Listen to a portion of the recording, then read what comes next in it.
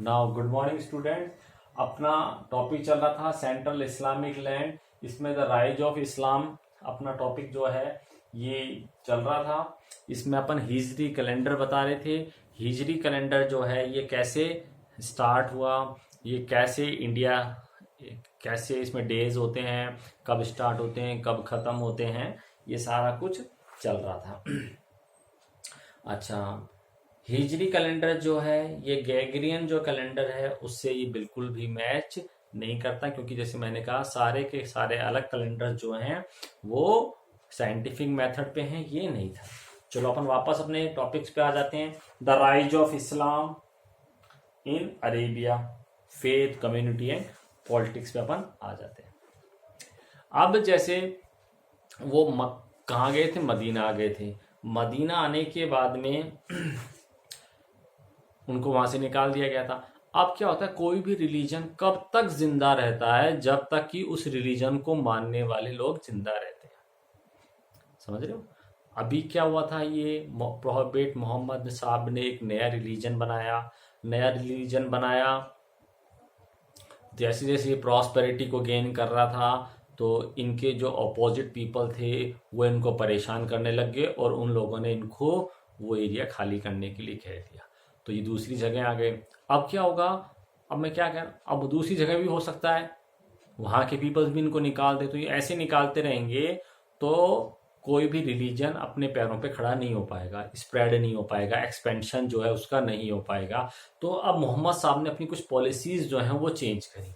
उन्होंने मान लिया कि जब कोई भी रिलीजन जब भी जिंदा रहेगा जब तक उसके मानने वाले जिंदा रहेंगे, और मानने वाले जिंदा कब रहेंगे, जब वो दूसरों का सामना कर पाएंगे, विपत्तियों का, परेशानियों का सामना कर पाएंगे, या उनसे ज्यादा वो पावरफुल हो जाएंगे।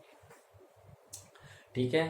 Consolidation and protection require political institution, और अपने आप को कंसोलिडेशन करना है तो पॉलिटिकल पावर लेनी पड़ेगी, सत्ता में आना पड़ेगा। ठीक है, स्टेट्स बनानी पड़ेंगी, गवर्नमेंट बनानी पड़ेंगी।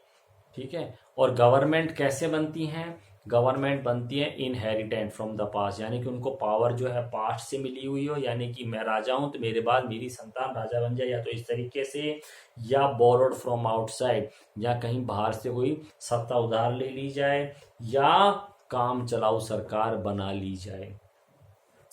इन Medina Muhammad created a political order from all three sources, तो उन्होंने तीनों तरीकों से पॉलिटिकल पावर गेन करने की उन्होंने सोचा। ठीक है, which have his follower the protection they need as well as resolve the city ongoing civil strife। और पॉलिटिकल पावर मिलने के बाद में जो सिविल स्ट्रिफ का मतलब है सिविल कॉन्फ्लिक्ट वगैरह जो है, गृह युद्ध वगैरह, वो नहीं होंगे। The ummah was the converted into a wider community to include polytheists and the Jew Medina under the political leadership of Muhammad. अब मोहम्मद साहब ने अपना एक्सपेंशन स्टार्ट किया। जो पीपल गॉड, एक से ज़्यादा देवी देवताओं को मानते थे, वो भी शामिल हो गए। ज्यूज जो थे मदीना के, वो भी मोहम्मद साहब के उसमें आ गए। और इन्होंने क्या किया, मान लिया कि हमें पावर बढ़ानी है, लोगों का कन्वर्ट करना है। किसी भी दूसरे रिलीजन को मानते थे, उनको अपनी बातें मनवानी है, उनको समझाना है, ताकि वो हमारे रिलीजन को अडॉप्ट कर सकें। और इसी तरीके से ही उनके जो फॉलोअर्स हैं तेजी से बढ़ेंगे, ये मोहम्मद साहब मानते थे। The community survive on agriculture. अब ये जो कम्युनिटी जो थी ये क्या काम करती थी, एग्रीकल्चर का काम करती थी, ट्रेड करती थी। ठीक है, as well as arms tax, इनको पैसा वगैरह भी मिलता था। लेकिन इन्होंने मान लिया कि इस तरीके से हमारा एक्सपेंशन नहीं हो सकता, यानी कि हमें पैसों की ज़रूरत है। तो अब इन्होंने क्या किया, इन्होंने कैरेवेंस एंड नियर बाई ओएसिस जो थे, आसपास के जो इलाके थे, उन पे इन्होंने अटैक करना स्टार्ट कर दिया, लूटपाट करने लग गए, यानी कि वॉयलेंट मेथड इस्तेमाल करने लग गए कि अब हम कहीं जाएंगे, रेड मारेंगे, वहाँ से पैसा वगैरह मिलेगा, वहाँ से लोगों को उठा लाएंगे और उनको जबरन हम मुस्लिम रिलीजन में कन्वर्ट करवाएंगे। These raids provoke reaction from the Makkah and cause a breach with Jews of Medina. अब जब इन्होंने ये सिस्टम चालू किया तो इनका जो जीव थे मदीना के उनके साथ में इनका गैप हो गया, यानी कि उन्होंने पसंद नहीं किया, जिसकी वजह से कई सारी लड़ाइयाँ लड़नी पड़ी उनको। Mecca was conquered and Muhammad reputation as, अब मोहम्मद साहब ने मक्का को वापस गेन कर लिया जहाँ से उनको निकाल दिया गया था, उस पर भी इन्होंने अटैक किया और उसको जीत लिया। अब मोहम्मद साहब की जो रेपुटेशन थी वो एक रिलीजियस प्रीचर यानी महात्मा साधु महात्मा की बन गई थी और एक पॉलिटिकल लीडर की उनकी बन गई थी।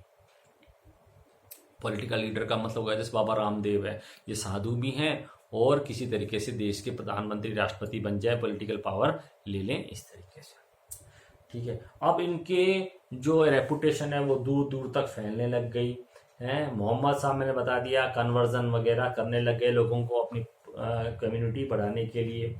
इन the harsh condition of the desert the Arab attach great value of strength and solidity impress by Muhammad achievement. लोग बाग जो थे धीरे धीरे मोहम्मद साहब की अचीवमेंट्स को सुनते जा रहे थे, तो वो लोग इस रिलीजन को अडॉप्ट करने लग गए। जैसे मान लीजिए आपके बहरोड के ऊपर कोई अटैक कर दे, कोई दूसरी कम्युनिटी का नाम नहीं लेना चाहूँगा, आप चाहते हो कि आप सर उठा के रहो, नहीं तो वो कम्युनिटी वाले आपको बार बार परेशान करेंगे, तो आप सर उठा के कैसे जी सकते हो जब आप उस कम्युनिटी के रूल्स रेगुलेशंस को मान लोगे। अगर वो कह रहे हैं, जैसे अपना जजिया टैक्स था, एक जजिया टैक्स नॉन मुस्लिम को देना पड़ता था, मतलब अगर आप अपने खुद के रिलीजन्स को फॉलो करना चाहते हो, जो भी आप चाहते हो वो करो, तो आप वो एक टैक्स दो। तो वो जो आदमी टैक्स नहीं देना चाहता था तो वो उस रिलीजन को अडॉप्ट कर लेता था। तो उसी तरह ही यहाँ पे सिस्टम था। तो जो पीपल्स थे उनकी पावर को उनकी रेपुटेशन के जरिए कन्वर्ट हो रहे थे। मैनी ट्राइब जो थी वो कन्वर्ट हो रही थी। Most Bedouins join the community by converting to Islam. Muhammad alliance began to spread until they embrace the whole of Arabia. पूरे अरेबिया में इनका कंट्रोल हो गया। मदीना जो थी बिकम द एडमिनिस्ट्रेटिव कैपिटल हो गई इनकी of the emerging Islamic state. मक्का जो था उनका वो रिलीजियस सेंटर बना रहा। जैसे हमने आपको पहले कहा था मक्का की रेपुटेशन बहुत पहले से बनी हुई थी, सभी लोग वहां पर आते थे। तो मोहम्मद साहब ने मक्का को वापस रिलीजियस प्लेस बना दिया और मदीना में एडमिनिस्ट्रेटिव कैपिटल उन्होंने बना दी। In a short space of time, Muhammad was able to unite a large part of Arabia. Arabia के मोस्टली पार्ट को उन्होंने एक्वायर कर लिया, एक कर दिया। Under a new faith community and state the early Islamic state however remain a Arab tribe enclave for a long time, जिसकी वजह से अरब ट्राइब में एक नया वंश जो है लंबे समय तक के लिए बन गया। ठीक है, नेक्स्ट चैप्टर आ गया द खलीफा expansion, civil wars and sect formation. मैं इसको लिख देता हूँ, चलो छोड़ो क्या लिखना। द खिलाफत एक्सपेंशन, ये खिलाफत कौन थे, इनका एक्सपेंशन कैसे हुआ, सिविल वॉर्स क्या मतलब है, और सेक्ट फॉर्मेशन। अब अपन इन चीज़ों को पढ़ेंगे। बेटा कोई दिक्कत है, धीरे धीरे पढ़ना। मैंने एक एक लाइन का ट्रांसलेशन किया है। मैं जानता हूँ ये चैप्टर आपको बहुत टफ लगेगा, अजीब लगेगा, पूरा हिस्ट्री में ऐसा ही कुछ है, लेकिन हिस्ट्री अपन इंटरेस्टिंग बनाएंगे। इसको आप एक कहानी की तरह पढ़ोगे और जो जो आपको मेन वर्ड्स लगे उनको अंडरलाइन कर दो। जब कभी भी आप दोबारा इस बुक को पढ़ो तो उन अंडरलाइन वर्ड्स को ही आप पढ़ें। जैसे मैं आपको अंडरलाइन बता रहा हूँ कब कब कहाँ करना है। चलते हैं। अब जो मोहम्मद साहब जो थे, जैसे खलीफा कौन हो गया, क्या हुआ, मोहम्मद साहब की जो डेथ हो गई 632 में, और इन्होंने अपना कोई सक्सेसर अपॉइंट नहीं किया।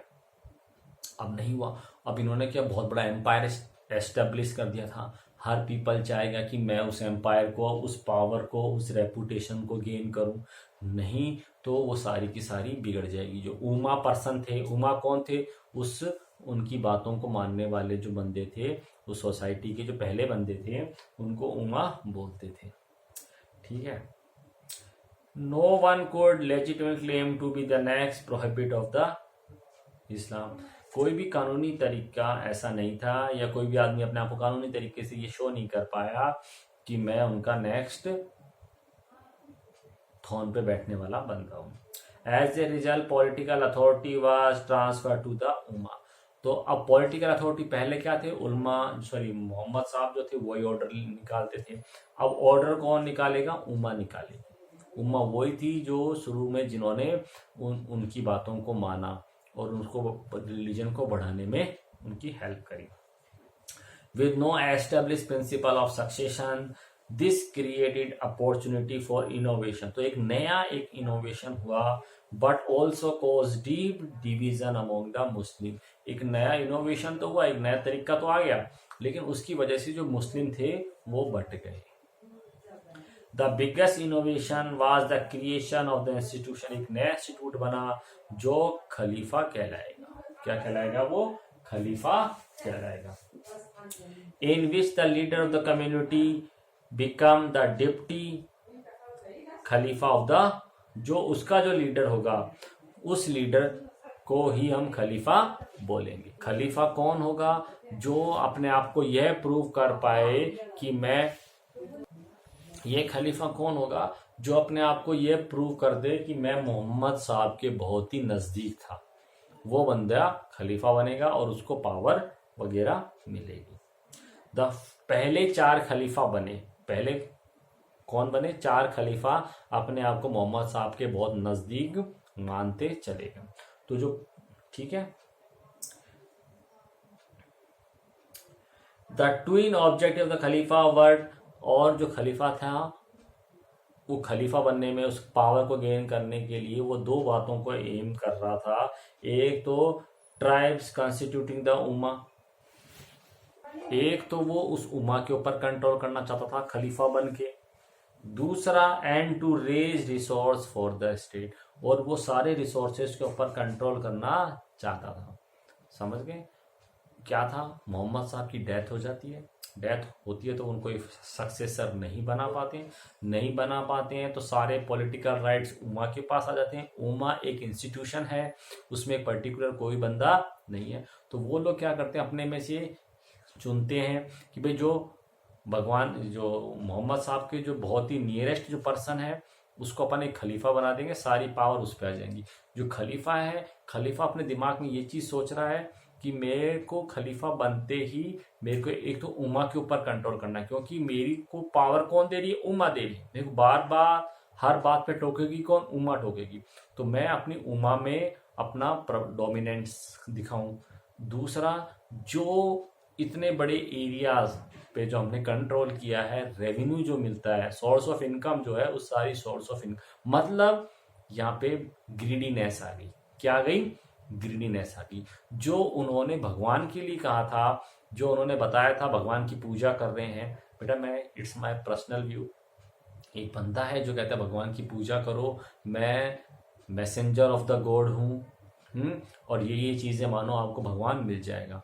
फिर वो ही बंदा यह कहता है कि हमें हमारे रिसोर्सेज बढ़ाने पड़ेंगे, अर्निंग ज़्यादा करनी पड़ेगी, और इस अर्निंग के लिए हमें गलत तरीके अपनाने पड़ेंगे, दूसरे पर हमें अटैक करना पड़ेगा, दूसरे को हमको अटैक करना पड़ेगा। अटैक करेंगे, लूटपाट करेंगे, पैसा आएगा, उस पैसे की वजह से हम हमारी पावर बढ़ाएंगे और उस पावर के जरिए हम लोगों में इंप्रेशन बनाएंगे, जिसकी वजह से वो इस इस्लाम रिलीजन को अडॉप्ट करें।